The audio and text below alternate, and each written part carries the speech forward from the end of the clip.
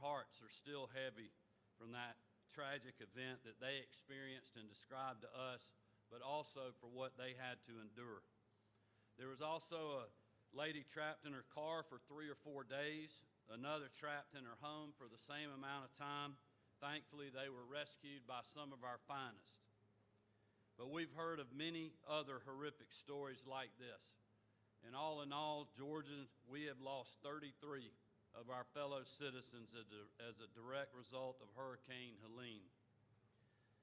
But I'm here to tell you, in spite of such tragedy and heartbreak, in spite of the pain that we've seen, there are many stories of hope and perseverance.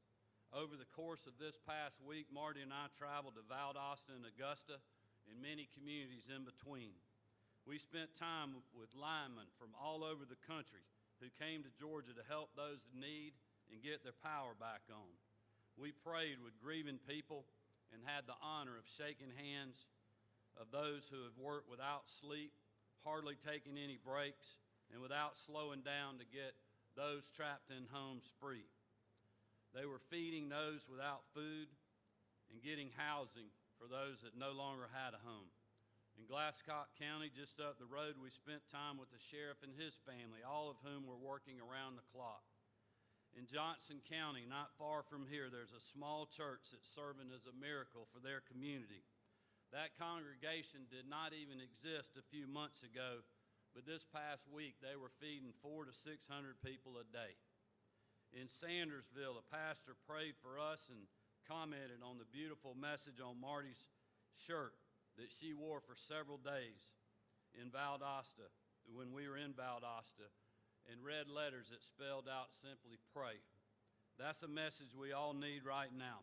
And I ask that all of you join our family in continuing to pray for those devastated by Hurricane Helene. On Tuesday night, we met linemen in a small Mexican restaurant who came from literally hundreds and hundreds of miles away, from New Jersey, Massachusetts, Chicago, and other places. I joked with the guy from Massachusetts, we normally don't let y'all come down here to Georgia. But I told him how much we were glad to have him, and we appreciated the work that they were doing. The next morning, we tried to go see a bunch of linemen that were having breakfast at one of the tent cities they had set up at a staging site that had over 500 trucks and over 1,000 people. We got out of the car at 6:30 a.m. before the sun was even up, and most of these hard-working people had already eaten breakfast and were walking out to go crank their truck to start working to get people's power back up whom they've never met. Those same linemen were going to keep working well into the night. That is the kind of response that we have seen after this crisis from Georgians and from people far beyond in this state. Resilience and hope have been on full display everywhere we've gone, including right here in Columbia County. We're grateful for those incredible people all over this state, but we're also mindful that every moment of every day since this storm passed, of the loss of life and the devastation that it brought. We knew it was going to be bad, which is why we prepared early, just like they did here in Columbia County. I declared a state of emergency 2 days ahead of the storm, which gave us time to mobilize and prepare for the worst. And I'm so glad that we did, because it impacted literally every part of our state. Many communities have been scarred with major infrastructure damage. And at one point, at least 1.3 million power meters were not functional, and many more Georgians were without power. That number, incredibly, is down to 225,000 as we speak. In Atlanta, we saw record rainfall with 11.12 inches of rain in a 48-hour period. The previous state record goes back to 1886, when we had 9.6 inches. As many people around the country know, we are in an agricultural state, with agriculture serving as our #1 industry. Hurricane Helene has wiped out much of this year's crop across the board. Our Agriculture Commissioner, Tyler Harper, couldn't be here today, but he wanted me to pass along a few highlights of this devastation. 35% of our cotton crop is a total loss. 10 to 30% of the peanut crop is lost. 14 dairies across the state are still without power. There was 22 total from the start. Over 222 poultry houses have been destroyed, with hundreds of others damaged and some loss of operations for the entire farm. There's extensive infrastructure damage and loss of livestock facilities. And as I told the President earlier, approximately 4 million acres of timberland has been impacted, and 48,000 acres of pecans have been damaged or destroyed as a result of this storm. I want everyone in this state to know that we are with you during these difficult times, and we aren't going anywhere. We are putting every possible state resource we have at response and recovery, and I've taken several executive authority steps to try to bring relief as quickly as we can. That includes activating and deploying roughly 2,000 Georgia Guardsmen, our citizen soldiers who are doing incredible work in the field. It includes suspending the gas tax for as long as we're under a state of emergency and waiving the penalty on the use of dyed diesel fuel in street vehicles. I want to thank the members of the General Assembly. I know we got some of them here with us today for supporting all of these measures. They are crucial partners in our overall response to this tragic event and have been tireless advocates for the Georgians they represent. And we'll continue to urge FEMA to add more impacted counties to the federal declaration list. We started with just 11, and after a call to both the White House and FEMA, they upped that number considerably up to 44 or 45 counties as we speak. We're also being mindful of our neighbors who have come to our aid in times past. Yesterday, I authorized the Georgia Guard to send a Chinook helicopter and crew to North Carolina to help in ongoing search and rescue operations. What they're going through, what we're all going through, is a living nightmare. And we're going to continue to pull together as we go through this together. These are just a few of the actions that we've taken, but rest assured, we will not stop until everyone is recovered and made whole. Someone sent me a Bible verse earlier today, and I've been thinking a lot about this. It's Galatians 6:9, and it reads, "And let us not grow weary of doing good, for in due season we will reap if we do not give up." Those words epitomize where we are today and our commitment. We are not giving up. We are not going to leave until the job is done. I want to encourage all of our local officials and so many of their citizens that are working so hard on this recovery and helping and talking to people every day. Keep up that great work, keep the faith, and know that we will be with you till the end.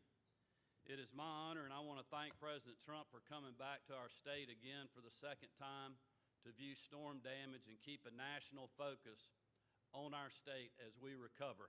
I hope you'll welcome the 45th President of the United States, Donald Trump. Mr. President.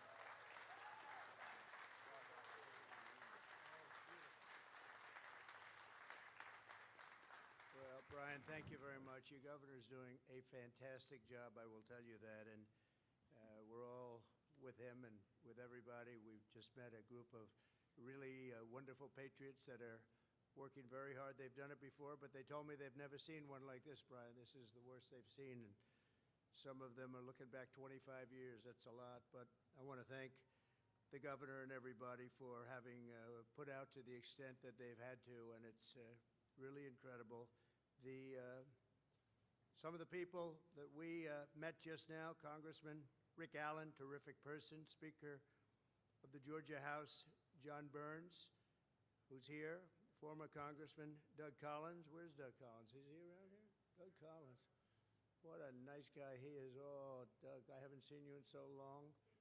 You haven't changed. You look good. You look better, actually, if you want to. State Senator Max Burns, who's here, and District Attorney Barbie Christine.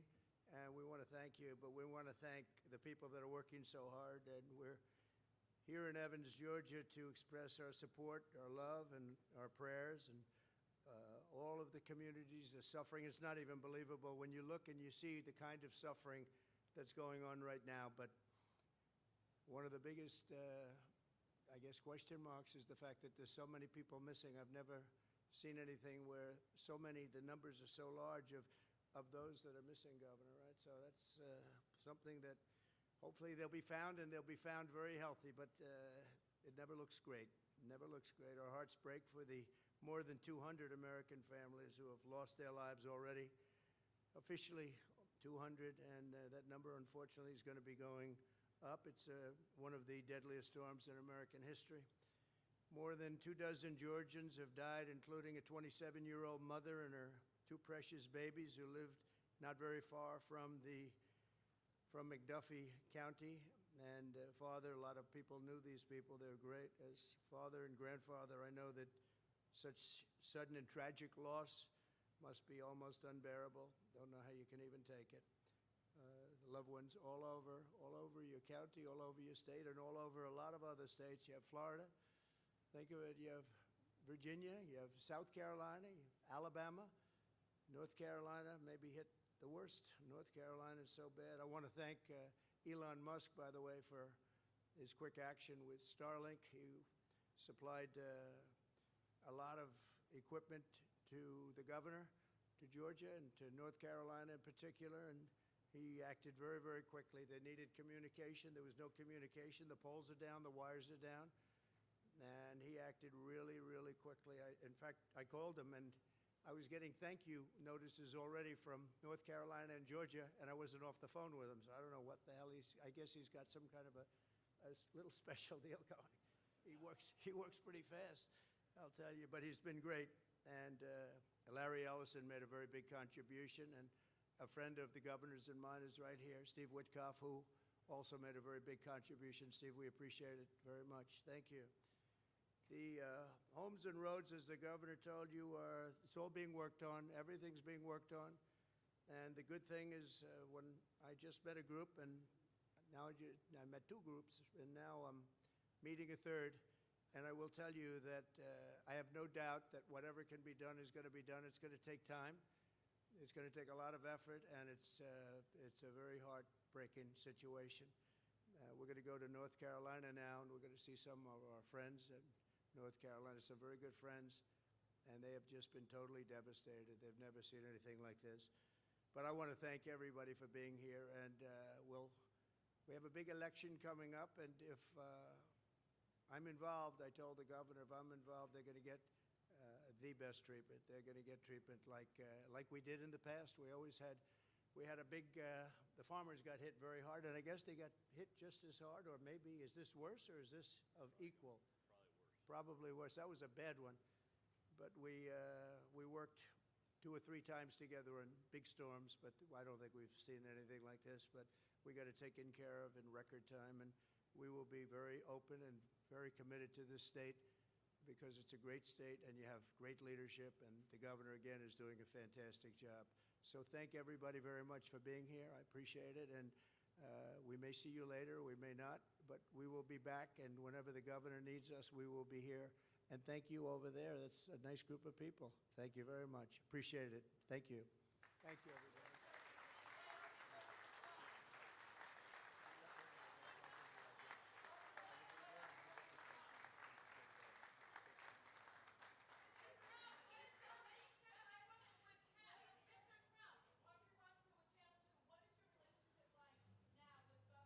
It's great.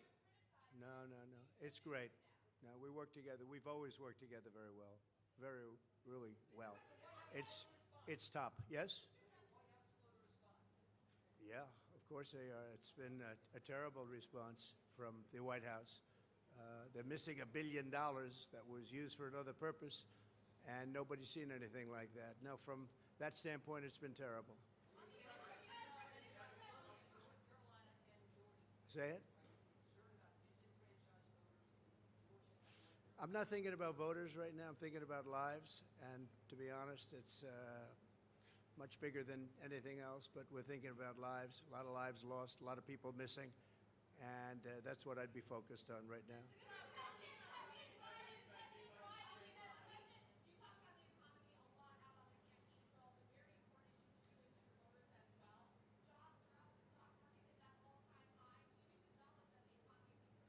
No, it's not. It's inflation is devastated our economy. It's one of the big problems we have. And on jobs, we have the illegals have taken more jobs than anybody else. You have illegals coming in and they're taking the jobs. And when you look at the numbers from that standpoint, it's a shame. We have to get the jobs to the people that have lived here for a long time and that are great citizens of our country. But when you look at the job numbers, they just came out, and then you look at who's getting the jobs, and it's been very unfortunate from that standpoint. You have illegal, you have the migrants, you're reading about it. Now, a lot of the money that was supposed to go to Georgia and supposed to go to North Carolina and all of the others is going and has gone already. It's been gone for people that came into the country illegally, and nobody's ever seen anything like that. That's a shame.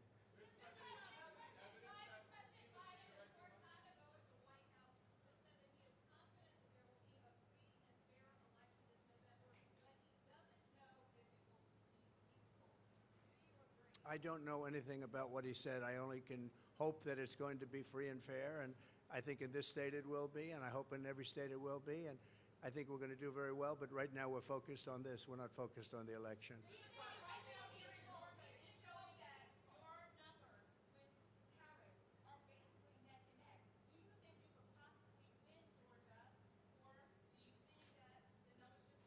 Well, I won it easily in 2016. We actually were very close last time, and right now the recent poll came up, we're up 7.